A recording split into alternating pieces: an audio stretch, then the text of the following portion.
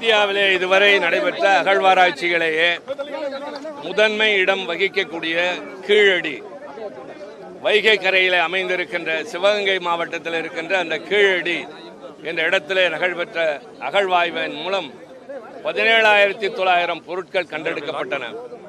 அந்த பொருட்கள் எல்லாம் சங்க காலத்தில் தமிழர்களை பற்றி, அவர்கள் வாழ்ந்த வாழ்க்கையை பற்றி, அவர்கள் பயன்படுத்திய பொருட்களை பற்றி கிடைத்த அடையாளங்கள் உலகத்தை ஆச்சரியத்திலே ஆழ்த்தியது.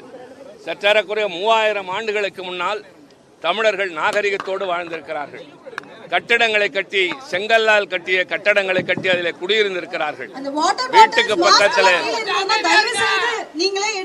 வீட்டுக்கு பக்கத்திலே கிணறுகளை வெட்டி தங்களுக்காக பயன்படுத்தி இருக்கின்றார்கள். பெண்கள் அணிகலன் அணிந்திருக்கிறார்கள். மண் கலையத்தால் சுடப்பட்ட பல்வேறு கலையங்களில் கருப்பு சிவப்பு கரை இருந்திருக்கிறது. அந்த வண்ணங்கள் தீட்டப்பட்ட வண்ணங்களும் இருந்திருக்கின்றன. வேளாண் தொழில் செய்வதற்கான அடையாளம் இருக்கின்றது. உலக அளவோடு வாணிகம் செய்வதற்கான ஆதாரங்கள் கண்டெடுக்கப்பட்டிருக்கின்றன.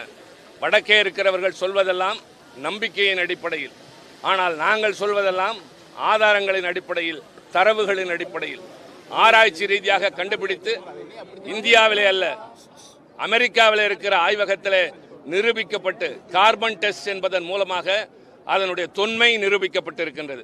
இது 3000 ஆண்டுகளுக்கு முற்பட்டது. கிமுக்கு முன்னால் சற்றேறக்குறைய 1000 ஆண்டுகள் நெருக்கி இது நடந்திருக்கிறது, இந்த வாழ்க்கை வாழ்ந்திருக்கிறோம் என்பதை ஒன்றிய அரசு அரசிதழில் வெளியிட மறுத்து ஆதாரங்களை கேட்கிறார்கள். அறிவியலிலே இன்னும் நிரூபியுங்கள் என்று சொல்கிறார்கள். ஆனால் இது மிகப்பெரிய ஏமாற்றுத்தனம். தமிழர்களின் வரலாற்றை மறைக்க முயற்சிக்கிற இந்த முயற்சிக்கு கடுமையான கண்டனத்தை தெரிவிக்கின்ற வகையில் இன்றைக்கு கழகத்தினுடைய மாணவர் அணி அமைப்பு எல்லா தரப்பு மாணவர்களையும் ஒருங்கிணைத்திருக்கிறார்கள். கழக மாணவர்கள் என்று இல்லாமல் தமிழர்கள் என்ற உணர்வுள்ள மாணவர்கள் அனைவரையும் இங்கே ஒன்று திரட்டி மாணவர் அணி செயலாளர் ராஜீவ்காந்தி அவர்கள், கழகத் தலைவர் தளபதி, இளைஞர் அணி செயலாளர் தம்பி உதயநிதி ஸ்டாலினுடைய வழிகாட்டுதலின் பேரில் எழுச்சியான ஒரு ஆர்ப்பாட்டம் நடைபெற்றது. மதுரையில் எங்கெங்கு நோக்கினும் மாணவர்கள் எடுத்த போராட்டம் தோற்றது இல்லை. இன்றைக்கு இந்தியாவினுடைய விடுதலை போராட்டமாக இருந்தாலும், இந்திய எதிர்ப்பு போராட்டமாக இருந்தாலும் அது வெற்றியின் முனைக்கு சென்றதற்கு காரணம் மாணவர்கள். இன்றைக்கு கீழடி எங்கள் தாய்மொழி, எங்கள் வரலாற்றை நீ அங்கீகரிக்க வேண்டும் என்று எழுப்பியிருக்கிற இந்த குரல் டெல்லி வரை நிச்சயமாக எதிரொலிக்கும், தமிழகம் முழுவதும் பரவும். மாணவர்கள் போராட்டம் மக்கள் போராட்டமாக மாறும். பாரதிய ஜனதா கட்சிக்கு நெப்போலியனுக்கு வாட்டர்லூ என்பதை போல தமிழகம்தான் மிகப்பெரிய தோல்வியை தழுவுகின்ற வாட்டர்லூ என்பதாக மாறப்போகிறது.